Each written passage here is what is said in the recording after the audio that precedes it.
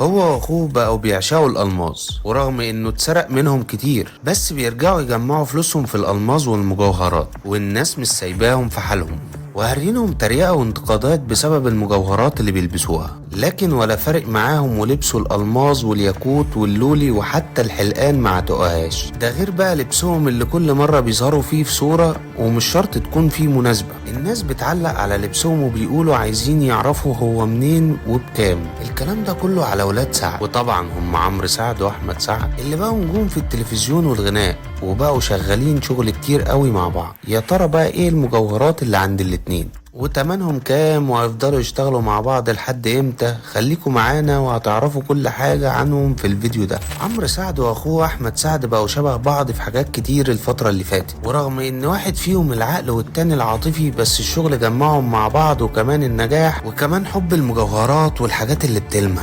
عمرو واحمد بقوا الاتنين من عشاق الالماس، وكل عقد اي حد يلبسه فيهم يبقى احلى من التاني. يعني مثلا العقد اللي لبسه عمرو سعد في مسلسل الاجر كان لوحده ب1,800,000 دولار، يعني بالمصري كده يعمل حوالي 100 مليون جنيه. ده بقى غير العقد اللولي اللي اخده في اخر المسلسل، وطبعا كان لولي حر وكله اصلي، ما هو عشان فنان بيحب يحس ان الحاجة اصلي عشان يعرف يمثل. بس برضه الماظ عمرو سعد ما يجيش حاجة جنب مجوهرات اخوه، لان احمد سعد كان عنده 30 قيراط من الألماظ الحر، وكان بقى على هيئة عقد وانسيال وحاجات من دي. ده غير الحلقان اللي بيلبسها في الفترة الأخيرة، وكمان الساعات اللي فيها دهب. وشوف انت بقى 8 قيراط الألماظ بكام. بس الحلو ما يكملش، واحمد سعد اتسرق منه كل الحاجات دي في خبطة واحدة. وهو راجع من ايطاليا حد سرق شنطته اللي كان فيها كل حاجة، بس احمد سعد ما تأثرش وقرر ان اي فلوس تجيله برضه يحولها لمجوهرات، من باب انها بتحافظ ليه على الفلوس برضه. بعيدا بقى عن المجوهرات، الاتنين بقوا غاويين لبس غريب، وطبعا